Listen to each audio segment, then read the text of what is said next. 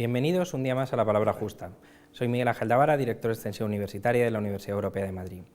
Hoy vamos a tratar un tema que en los últimos tiempos ha resultado bastante controvertido, como es el principio de laicidad. Y para ello contamos con el profesor Antonio Sánchez Bayón, doctor en Derecho y profesor de la Universidad Europea de Madrid.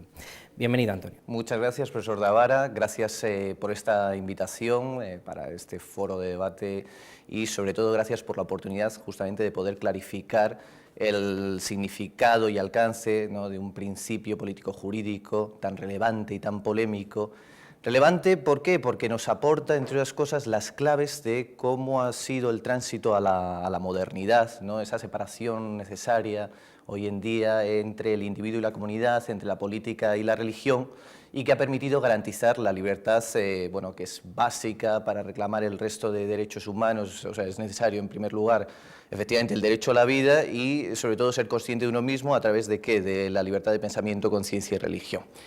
Entonces, en ese sentido le digo que es relevante, ¿no?, y hay unos modelos que vamos a intentar profundizar en ellos, que sería el modelo angloamericano y el europeo continental, y polémico justamente porque estamos en el ámbito de las creencias y aparte, sobre todo en Europa continental, a este respecto, en esa evolución, ha sido muy importante el juego de las élites, ¿no?, y en cierto modo, pues, cómo a su vez han ido produciendo el derecho para la materia. ¿Cómo podríamos definir el principio de laicidad? Buena pregunta.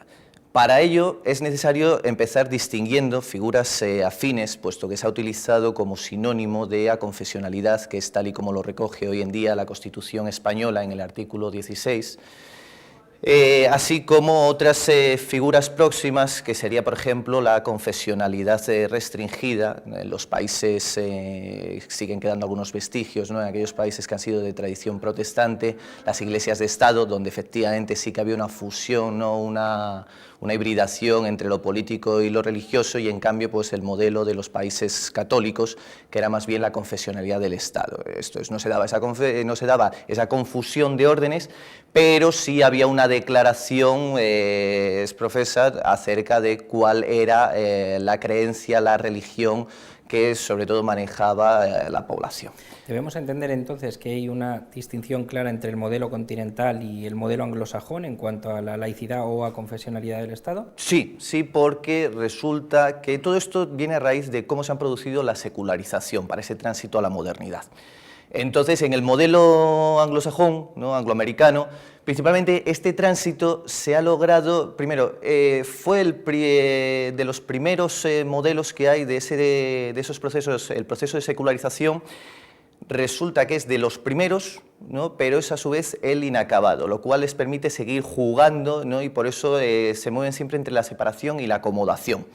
Mientras que el modelo de secularización, ¿no?, ese modelo de relación entre Iglesia-Estado, ¿no?, entre lo político y lo religioso en Europa continental, ha sido tardía, ha sido una secularización tardía, pero sí que ha llegado hasta su cenit, ¿no?, hasta su punto final, su clímax, y de ahí que se hable entonces de la laicidad, y es donde entraríamos entonces a analizar este vocabulario, puesto que, si te parece bien, podríamos distinguir cómo surge, ¿no?, porque efectivamente la etimología de lo laico viene del griego laikos, ¿no?, que es justamente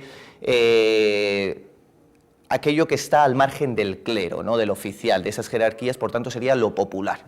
¿Qué es lo que ocurre? Que la semiología, lo que es los distintos significados que va recibiendo el término, el concepto, para irse dotando de una teoría, bueno, pues llegamos a un momento que los ciertos pensadores ilustrados, o mejor dicho, más que ilustrados, serían los enciclopedistas, ¿no?, más en Francia, sobre todo, donde nos estamos ubicando, en Centro Europa en el 19, y aquí en España, sobre todo donde tiene el influjo, es la primera mitad del siglo XX, se maneja un discurso, ¿no?, es una ideología que lo que se habla es de laicismo y, por tanto, quien sostiene esta ideología es un laicista.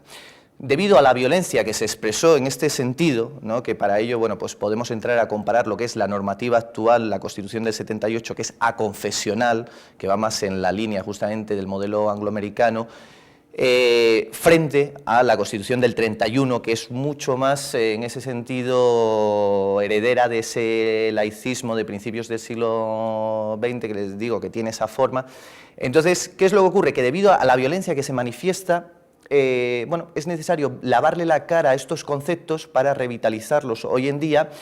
Y entonces ya hoy no se habla ni de laicismo ni de laicista, sino que se habla de laicidad y lo laico, como si fuera una realidad ya adquirida. ¿Y por qué se ha dado esa confusión terminológica entre aconfesionalidad y laicismo? O el término, el Estado, que es claramente aconfesional, según reza la Constitución. ¿Por qué se ha llevado a ese término laico en lugar de permanecer en el aconfesionalismo?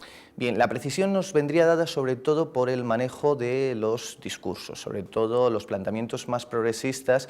Pongamos, por ejemplo, el caso de Lenin frente a las teorías marxistas del comunismo, como esa era la utopía que se debía conseguir después de lo que era la dictadura del proletariado para hacerse con el poder y poder alcanzar de ese modo esa situación utópica. Bueno, pues aquí se hace lo mismo. Debido a que no gusta ese pasado, directamente se asume, como hizo Lenin, y se dice no va a ser necesario todo ese proceso porque ya es una realidad. Entonces, desde el discurso se construye la realidad y se dice que ya estamos viviendo en una situación de laicidad. Que vuelvo a decir, laicidad, y ahí ya si entramos entonces a distinguir el significado, es independencia, independencia entre la política y la religión, hasta el punto de que la esfera religiosa, donde se pueden dirimir otro tipo de problemáticas sociales, como es, por ejemplo, los problemas identitarios, ¿no? Pues desaparece porque se quiere llevar a tal ámbito de la privacidad, de la intimidad, que, claro, no se le deja ningún tipo de espacio en lo social y se sobrecarga entonces la política. Si me permitís una última precisión, entonces, sería, frente a esta noción tan clara de independencia, por tanto, falta de comunicación y primacía sobre todo de lo político, relegando a lo religioso, ¿qué es lo que ocurre? Que la confesionalidad lo que dice es que lo que tiene que haber es separación, que no independencia. Luego hay autonomía, pero ello no impide que efectivamente si en ciertos aspectos sociales pues entran en conexión, pues entonces hay que buscar fórmulas para que aquello sea sostenible, sea equilibrado y se haga de manera pacífica, que es tal y como lo refleja la Constitución nuestra en el artículo 16.3, que es el principio de cooperación. Perdona que te haya... No, entonces debemos entender que jurídicamente España es aconfesional y no laica. ¿Y según el desarrollo de ese principio constitucional? Buena pregunta, igualmente. Vamos a ver. La Constitución nuestra, el artículo 16, lo que hace es, en el punto primero, garantiza que la libertad ideológica, religiosa y de culto, que bueno, sería en cierto modo una reiteración, pero se quiere asegurar más que nada para dar esa cobertura ya no solamente a los individuos, sino incluso a las organizaciones religiosas. Y el límite que se pone siempre, si hubiera que establecer algún tipo de restricción, es el orden público, pero ya recogido por la ley. Luego eso da bastantes garantías. En cambio, su dimensión negativa, ¿no? Si esa es la positiva que se garantiza, la negativa es justamente proteger también para que uno no tenga que declarar cuál es su ideología, sus creencias, ¿no? Bien religiosas, y por tanto, si son más bien seculares, estaríamos hablando de convenciones, ¿no? Y convicciones. Y en cambio está el apartado punto 3, que lo que nos proporciona es justamente ese modelo relacional, cómo encajar esas relaciones entre política, religión, entre iglesia, Estado, que lo que dice es que ninguna confesión tendrá carácter oficial, ¿no? Expresamente nos dice, ninguna confesión tendrá carácter estatal. Esto va en la línea del, como digo, más bien la tradición protestante, puesto que, por ejemplo, el artículo 3 de la Constitución del 31, que en ese sentido no es objetable para nada, puesto que lo que hace es, en cierto modo, marcar una nueva época en nuestra trayectoria jurídica, lo que dice es que, en concreto, literalmente, el Estado español no tiene religión oficial, que es así, además, como se redactó justamente en el borrador para el artículo 16.3. Y guarda sentido, puesto que volvemos a lo mismo, España está dentro de esa tradición de los países europeos continentales, sobre todo mediterráneos, que eran confesionales, ¿no? Esa relación a través del regalismo, y por tanto es lógico que digan que efectivamente que el Estado no va a tener esa confesión, no tanto la aconfesionalidad entendida que no va a haber una religión que la elevemos a oficial, que eso sí se daba, por ejemplo, con las iglesias de Estado en los países protestantes. ¿Y nuestra jurisprudencia dice algo? Sí, exactamente. Veo por dónde lo quieres conectar y es lo propio. Entonces, simplemente me permites que antes de, porque justamente el principio de laicidad, si se incorpora, no es tanto porque lo diga expresamente, no aparece ni expresa ni implícitamente en la Constitución, sino que es algo que a posteriori, como dije, se vuelve a recuperar a través de un recurso de inconstitucionalidad que se planteó en 1982. Pero permíteme que vayamos como juristas, y ya que la palabra es nuestra herramienta de trabajo y queremos siempre ser rigurosos, técnicos, entonces nosotros no debemos posicionarnos, sino buscar la interpretación de la norma de manera objetiva, de manera aséptica, así que es simplemente una pequeña comparación para que quede claro entonces, antes de entrar a ver cuál es el contenido del que hoy se dota al principio de laicidad, sobre todo ver las diferencias entre la confesionalidad, que hemos dicho que es esa separación entre política y religión, lo cual implica que en ciertos aspectos tendrá que haber una cierta cooperación, como dice el artículo 16.3 de la Constitución, y en cambio la confesionalidad, que es una independencia, ¿no? Entonces, permíteme que comparemos justamente lo que era el régimen establecido por la Constitución de 1931 de la Segunda República, que era justamente de esa línea, de esa tradición laicista, para compararlo cómo hoy en día vivimos más bien la confesionalidad.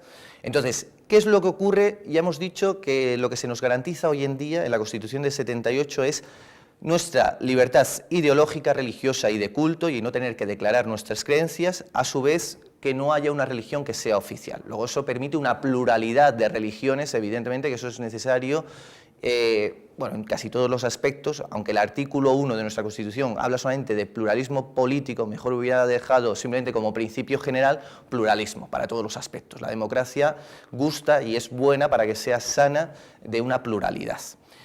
Entonces, en ese sentido, vuelvo a decir, se garantizan estas libertades públicas básicas y a su vez un régimen donde todos tienen cabida, lo único que en todo caso le tocaría al Estado, los poderes públicos mejor dicho, funcionar más bien como árbitro, ¿no? Para que eso, las relaciones sean cordiales y efectivamente se pueda dar una asistencia y promoción social en ese sentido. Perfecto. Hasta ahí estupendo, queda claro a confesionalidad frente a la laicidad, mejor dicho, a un régimen laicista. ¿Por qué? Porque mientras que el artículo 3 no era tan problemático, al contrario, marca una nueva época deseable de esa separación individuo-comunidad, la religión, la política, en cambio a partir de su artículo 26 y 27, fíjense en la terminología que se maneja, puesto que la carga tiene una carga de negatividad muy fuerte, de imperatividad, no deja ningún grado de discrecionalidad a las organizaciones religiosas, y se manejan, bueno, pues afirmaciones del tipo, me van a permitir, la memoria a veces falla y yo creo que es mejor, literalmente, ya que queremos ser rigurosos, ¿no? Pues cuál era el articulado que se maneja, que es principalmente, bueno, pues se regulaba en el artículo 26, bueno, pues quedan disueltas aquellas órdenes religiosas que estatutariamente impongan, además de los 3 votos canónicos, otro especial de obediencia y autoridad distinta a la legítima del Estado. Sus bienes serán nacionalizados, luego ahí hay una expropiación forzosa y sin tampoco aclarar si va a haber compensación o no, y afectados a fines benéficos y docentes. Estaban pensando sobre todo en los jesuitas. Bueno, eso en la tradición española ya se les expulsó en varias ocasiones, pero bueno. Pero en cambio, por eso digo que esto va más allá, que no solamente a un cierto tipo de organización, sino que es a todas, hay que ir relegando cada vez más la religión al ámbito de la privacidad e incluso su desaparición, puesto que se pensaba que era el cambio de mentalidad. Entonces, ¿qué es lo que nos dice? Por ejemplo, utiliza un vocabulario como disolución, por ejemplo, de todas las actividades que constituyan un peligro para la seguridad del Estado, la inscripción para subsistir, ¿no? Fíjense en la carga que se le pone a la normativa, la incapacidad de adquirir o conservar bienes, ¿no? En ese sentido, la prohibición de ejercer tanto industria, comercio y sobre todo pues, el tema docente académico. Incluso también se habla de la sumisión a las leyes, lo cual tiene su razón de ser, pero es que además habla de las leyes tributarias. Luego, si algo se les va a reconocer, va a ser para que sean sujetos que contribuyan al erario público. O sea, se les restringe de derechos, pero en cambio las cargas, los deberes están ahí, ¿no? Incluso también se habla de la obligación de rendir anualmente cuentas al Estado, por tanto pierden su autonomía incluso interna de gestión. Y como tal, vuelvo a decir, hay muchísimas indicaciones en este sentido. Luego, es normal que, si vuelvo a decir, era relevante y polémico, sobre todo porque estamos en el mundo de las creencias, es normal que se diera un posicionamiento y un radicalismo que efectivamente condujera a un malestar social, puesto que hay que tener bastante mano izquierda para gestionar esas relaciones entre política y religión. Ahora sí, perdón entonces por este interludio, ¿no?, esta explicación, pero que era necesario para comparar, porque vuelvo a decir, o sea, creo que tampoco perdemos mucho tiempo si repetimos el artículo 16 de la Constitución, a diferencia, ¿no?, del artículo 26 y 27 de la Constitución del 31, que lo que nos dice, fíjese, es: se garantiza la libertad ideológica, religiosa y de culto, ¿no?, de los individuos y las comunidades, sin más limitación en sus manifestaciones que la necesaria por el mantenimiento del orden público protegido por la ley. Luego, ahí ya nos están aportando unas garantías. Y habiendo quedado ya clara la diferencia entre confesionalidad y laicismo, y lo más brevemente posible, porque sí, el tiempo se nos echa encima, perdón. ¿Qué dice la jurisprudencia al respecto de estos principios? Correcto, entonces se incorpora el principio de laicidad, su hito principal está en un recurso de inconstitucionalidad que presenta el diputado Peces Barba en 1982. No nos olvidemos, también fue padre constituyente en su momento, bueno, pues debido a que nuestra Constitución del 78 es una Constitución de consenso. Bueno, pues ahí parece ser que no se consideró oportuno o no hubo manera de introducir el principio de laicidad, o se estaba reformulando justamente para que ya no fuera laicista, sino que tuviera esta connotación mucho más neutral, y por tanto se espera al 82, se introduce justamente este recurso, que es el recurso de el pronunciamiento, ¿no?, la sentencia del Constitucional es la 24/1982 de 13 de mayo, el cual, bueno, pues lo que se pretende es la asimilación de la noción de no confesional con laico, para luego un desarrollo y dotar entonces este nuevo término que aparece del significado que se le quiera dar. En este caso, el recurso no es aceptado, se falla en contra, se considera que era justamente por una ley para la distribución de las clasificaciones y cargos en el ejército, creo recordar, de tierra. Entonces, ¿qué es lo que ocurre? Pero aún así, como ya el Constitucional lo ha recogido, ¿no?, el Tribunal Constitucional en su sentencia, esto permite ya legitimar para empezar a construir el derecho. Y entonces empezar a adoptar, primero se asimila con la confesionalidad, que hemos dicho que es distinto, y a partir de ahí se empieza a generar una serie de planteamientos por los cuales se empieza a cambiar ese modelo de relación que gozábamos hasta ahora, quizás más en la línea de la laicidad, que pretende ser, bueno, no tan agresiva como ese pasado laicista, pero deja mucho que desear, sobre todo porque, bueno, no se está utilizando los cauces debidos. Esto es, deberemos recurrir a la reforma constitucional si queremos dotar de un nuevo significado. No, en cambio, por eso, porque ahí no se está interpretando el derecho, sino que se está construyendo, se está incorporando lo que son los valores propios, ¿no?, nuestras creencias, estamos confundiendo lo que es el ser. El derecho debe ordenar la realidad social y no tanto utilizarlo para hacer una cierta ingeniería social a través de regular el deber ser, como nos gustaría que fuera nuestra realidad social. Vuelvo a decir, creo que es importante efectivamente que haya una separación individuo-comunidad, política-religión, pero a su vez hay que buscar unas vías, pues por ejemplo el modelo estadounidense, al cual he dedicado bastante de mi tiempo a su estudio, efectivamente, que es en la línea de confesionalidad, que cabe separación, sí, pero ¿por qué no en ciertos aspectos?